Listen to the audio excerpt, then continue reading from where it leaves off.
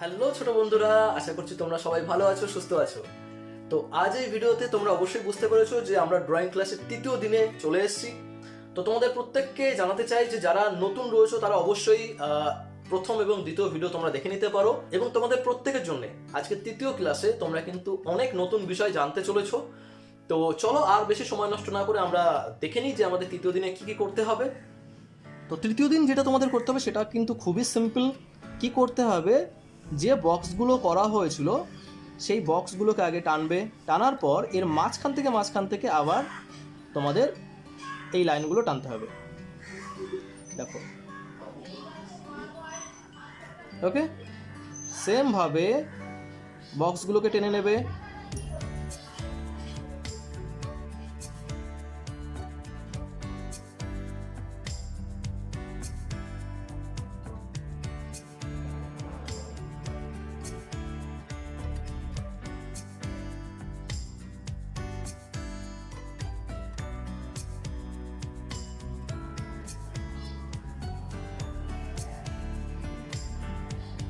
ওকে, এই বিষয়গুলো কিন্তু খুব ইম্পর্টেন্ট, এগুলো তোমাদের কিন্তু বারবার করে প্র্যাকটিস করতে হবে।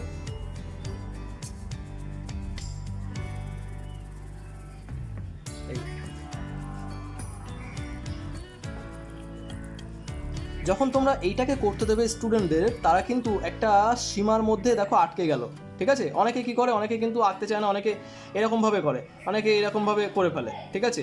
এবার অনেকে হয়তো করতে চাইবে না, হ্যাঁ, অনেকে হয়তো এইরকম ধরনের নিজের মতো করে করবে। তো এইটাকে কিন্তু করতে দিলে হবে না, তাদেরকে বোঝাতে হবে যে খুব সুন্দর করে তারা যেন এই যে লাইনটা দেওয়া হয়েছে এই লাইনের সঙ্গে সমান্তরালে তারা যেন এটা করে। ব্যাপারটা বোঝাতে পারছি? এইভাবে কিন্তু তোমাদের প্র্যাকটিস করতে হবে। যতগুলো আমি আগের দিন দেখিয়েছিলাম এই বিষয়গুলোকে সবগুলোকে কিন্তু সেমভাবে তোমাদের প্র্যাকটিস করতে হবে, ওকে। এবং কোনো রকম রাবার ছাড়া, রাবার ইউজ করা যাবে না। ব্যাপারটা বুঝতে পারছো?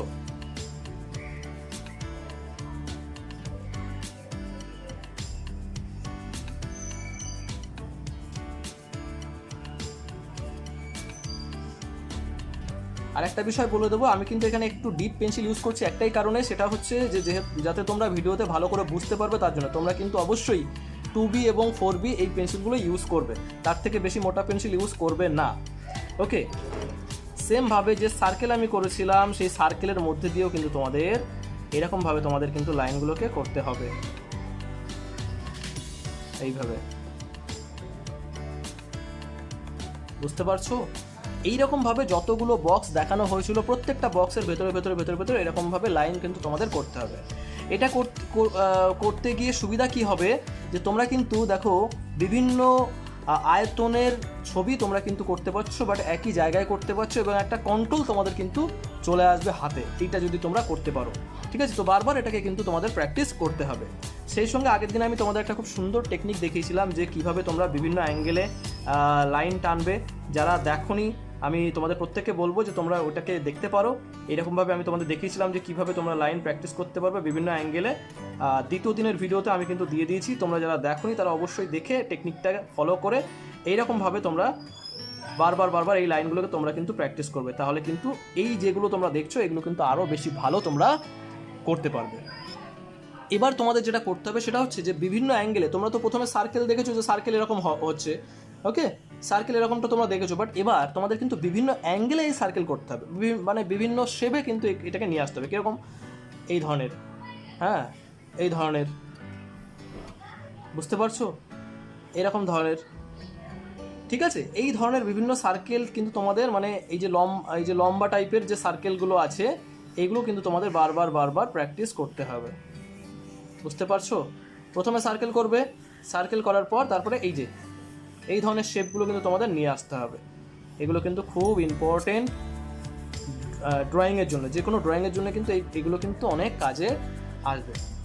তো আমি তোমাদের একটা এক্সাম্পল স্বরূপ দেখাচ্ছি। মনে করো এই যে গোলটা আমি দিয়েছি, এখানে লম্বা গোল রয়েছে, তো এটাকে তুমি যদি এইভাবে দাও, এখানে খুব সিম্পল দেখো